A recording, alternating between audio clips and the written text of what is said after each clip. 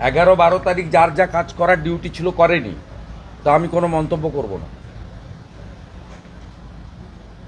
আমি কোনো মন্তব্য করব না। 11 এবং 12 তারিখে যাদের যে ডিউটি ছিল করার তারা করেননি।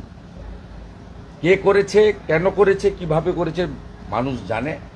গ্রেটফুল টু ক্যালকাটা হাইকোর্ট, ছুটির দিন খুলে তারা যা করার করেছে। আর ইনিশিয়ালি ওখানে যে 11 তারিখে বিএসএফের 300 জওয়ান তারা অন হিউম্যানিটেরিয়ান গ্রাউন্ড এবং ডিএম বাধ্য হয়েছেন যখন পুলিশ ফেল করেছে। All credit goes to 11th BSF আর 12 তারিখ ক্যালকাটা হাইকোর্ট। মানুষের কাল থেকে যেহেতু আমি পিটিশনার, আমি 100-150 মেসেজ পেয়েছি নর্মাল মেসেজে, যেহেতু ইন্টারনেট বন্ধ আছে, আর আত্মীয়রা পাঠিয়েছে যেখানে নেট আছে। একটাই তাদের বক্তব্য ছিল যে আগামীকাল আরেকটা শুক্রবার, আমরা প্যানিকড। আপনি দয়া করে কলকাতা হাইকোর্টে আপনার আইনজীবীর মাধ্যমে অনুরোধ করুন যাতে প্যারামিলিটারি ফোর্সেস আরও বেশ কিছুদিন এখানে থাকে এবং এনআইএ তদন্ত হয়ে প্রকৃত দোষীরা গ্রেপ্তার হয়। কারণ এখনো পর্যন্ত যে গ্রেপ্তার হয়েছে তারা প্রকৃত দোষী অধিকাংশই নয়। তৃণমূল কংগ্রেস তারা সংখ্যা দেখানোর জন্য পুলিশকে কিছু কিছু লোককে তুলে দিয়েছে। প্রকৃত দোষীরা গ্রেপ্তার হয়নি। কোত্থেকে বোমা, গুলি, বন্দুক এলো, পুলিশের রোল কি ছিল, এগুলো কোনোটাই ইনভেস্টিগেশন হয়নি। অর্থাৎ আমি 11-12 তারিখ যারা কর্তব্য পালন করেনি তারা 17 তারিখে কি বলছেন তার আমি উত্তর দেবো না। I am not interested.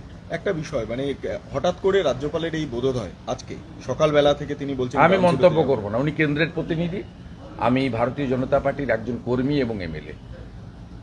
আমার এটা নিয়ে বলা, আমার যে মনের কথা, এটা বাইরে প্রকাশ হলে বিতর্ক হবে, আমি বলবো। আজকে এসএসসি নিয়ে সুপ্রিম কোর্টের যে সিদ্ধান্ত, সুপ্রিম কোর্ট 31শে ডিসেম্বর জটিল হয়ে গেছে। প্রথম কথা হলো, যারা যোগ্য তারা চেয়েছিলেন তাদের চাকরি বাঁচাতে, কিন্তু ফাইনালি তারা 9 মাস বেতন পাবেন, কিন্তু তাদের পরীক্ষায় বসতে হবে। পরীক্ষা করাবে কারা? দুর্নীতিগ্রস্ত এসএসসি। এবং নির্বাচনের আগে তৃণমূল কংগ্রেস আবার টাকা তুলবে। মে মাসের মধ্যে নোটিফিকেশন, অক্টোবর-নভেম্বরের মধ্যে পরীক্ষা হয়তো করাবে, প্যানেল বের করবে, জয়েনিংয়ের ডেট দেবে 1 তারিখ, যেহেতু 31শে ডিসেম্বর পর্যন্ত এরা থাকবে। এবং এই যে 18,000 অ্যাপ্রক্স সংখ্যাটা আমি এক্সাক্ট বলতে পারবো না, তাতে কতজন এই 8-9 বছর ধরে 17-18তে ফ্রেশ অ্যাপয়েন্টমেন্টগুলো হয়েছিল, 16র পর থেকে। 18র পর থেকে তো বিক্রি হয়েছে, 18র পর থেকে জেনুইন অ্যাপয়েন্টমেন্ট হয়নি। প্রথম যে লটগুলো জেনুইন ছিল, তো সেই যাদের ওএমআর তারা প্রোটেকশন পাবে না, আর তারা detach from the exam syllabus, তাদের সে প্র্যাকটিস নেই, থাকতে পারে না।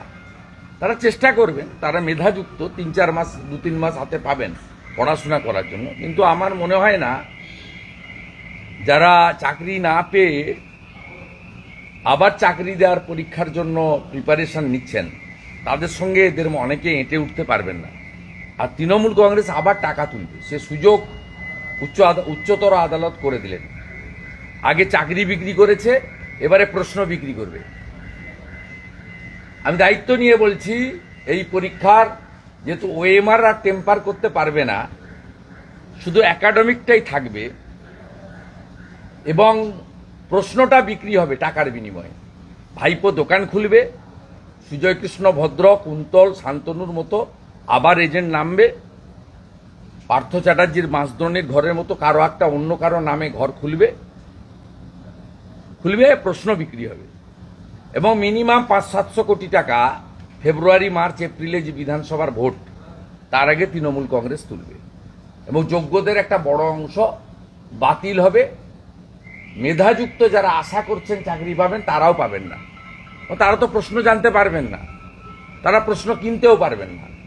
প্রশ্ন বিক্রি করবে তৃণমূল, প্রশ্ন কিনবে যাদের অর্থ আছে, এবং তারা 82-84 যদি 100 নম্বরের হয়, 82-84 যদি 50 নম্বরের হয়, 44-46 করে নাম্বার পাবে এবং ওএমআর এর নাম্বার জাম্প করে গেলে ভাইবা তো ওদের হাতে থাকবে 10 নম্বর। 10 নম্বর তো তৃণমূলের হাতে আছেই। 9.5, 9.25 দেবে, আর যাদেরকে বাতিল করতে হবে তাদেরকে 2 দেবে, 1 দেবে, 1.5 দেবে। শুধু একাডেমিকটাই পারবে না টেম্পার করতে, ওএমআর খাতা টেম্পার হবে না, প্রশ্ন বিক্রি হবে এবং তৃণমূল আবার 500 কোটি টাকা তুলবে নির্বাচনে খরচ করবে। দাদা, একটা বিষয়, যারা ঘরছাড়া হয়েছেন, যারা আজকে রাজভবনে গিয়েছিলেন, তারা বলছেন আমরা ফিরতে পারবো না, আমাদের ক্যাম্পেই গিয়ে থাকতে হবে, যা পরিস্থিতি বিএসএফ। আমি আপনাকে পরিষ্কার কথা বলে দিচ্ছি, বিএসএফ সিআরপিএফ পার্মানেন্ট থাকে না। বিএসএফটা বর্ডার এলাকা, কিন্তু সিআরপিএফ বিএসএফ যেটা general law and order duty করছে, আজকেও এক্সটেন্স করেছে। আমি কোর্টের কাছে কৃতজ্ঞ, তারা আজকেও ইন্টারিম অর্ডারে কয়েকটা পয়েন্ট দিয়েছে এবং আমরা আজকে কেন্দ্রীয় সরকারের রিপোর্টও অত্যন্ত, আমার লয়ার পেয়েছে, আমাকে পাঠিয়েছে, রাজ্যের রিপোর্ট অত্যন্ত উদাসীন ছিল, তারা নাকি প্রচুর কাজকর্ম করছেন দেখিয়েছেন, কিন্তু কেন্দ্র বলেছে, কেন্দ্রীয় ইউনিয়নের যে রিপোর্ট, সেই রিপোর্ট খুব অত্যন্ত প্র্যাকটিক্যাল। আমি ধন্যবাদ জানাবো ইউনিয়নকে এবং সর্বোপরি স্পেশাল বেঞ্চকে, তারা এক্সটেন্ড করে দিয়েছেন 21 তারিখ পর্যন্ত। আপনাকে বলি, পার্মানেন্ট থাকবে না। সলিউশন ওখানে, এটা কমিউনাল রাইট নয়, এটা ধর্মযুদ্ধ। এরা কাশ্মীরের মতো হিন্দুদের সরাতে চায়। সলিউশন আমি দুভাবে বলতে পারি।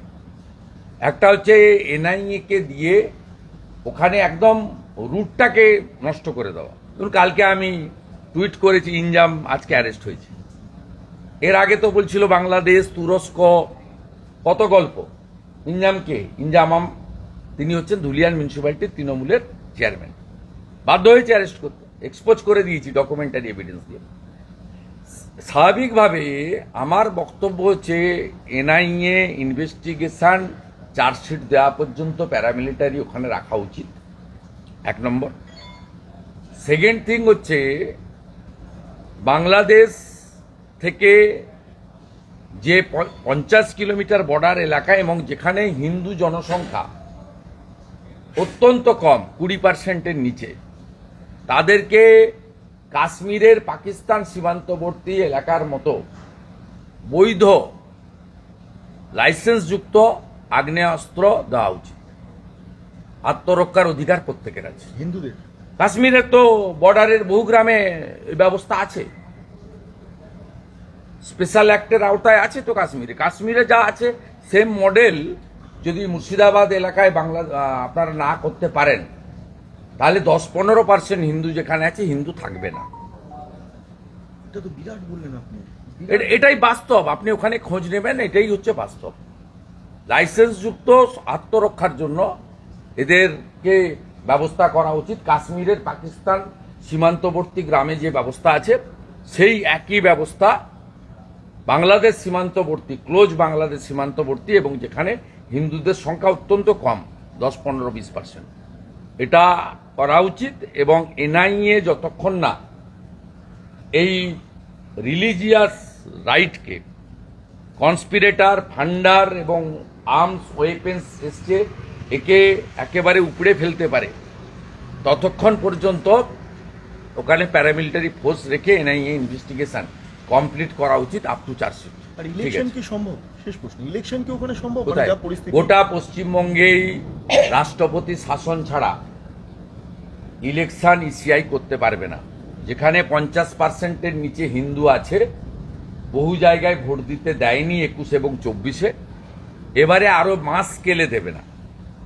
তার মধ্যে শুধু মুর্শিদাবাদ, মালদার একটা অংশ পড়বে না, তার মধ্যে কুচবিহারের দিনহাটা থেকে দক্ষিণ 24 পরগনার ক্যানিং, বাসন্তী, গোসাবাও পড়বে।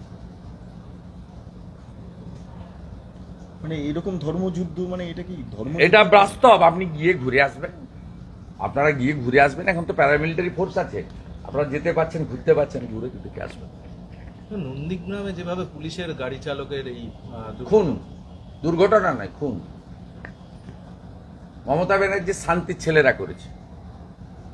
নন্দী মহারাজ তুলে নিয়ে গিয়ে কেটে খেয়ে নিচ্ছে, মাংস বিক্রি করছে। এর 4 দিন আগে গোকুলনগরে করেছে, আমি তো ভিডিও ফুটেজ দিয়েছি। তখন যদি ব্যবস্থা করতে, পুলিশ করেছে কি, দুটো অন্য জায়গা থেকে নন্দী মহারাজ এনে ওখানে ছেড়ে দিয়ে গেছে।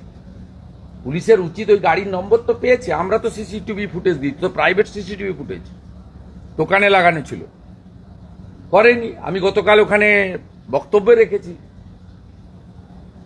বুঝতে পারছেন, ষাঁড়ও নিরাপদ নয় মমতার শান্তির ছেলেদের দৌড়াতে। বলছি আপনি একটা পারমিশন পেয়েছেন মিছিলে যুব না, আমি থাকবোই মিছিলে। ভবানীপুর বিধানসভা তো, ওই জন্য পারমিশন দিচ্ছিল না। আমার এটা 83তম হবে কোর্ট অর্ডারে হাঁটা।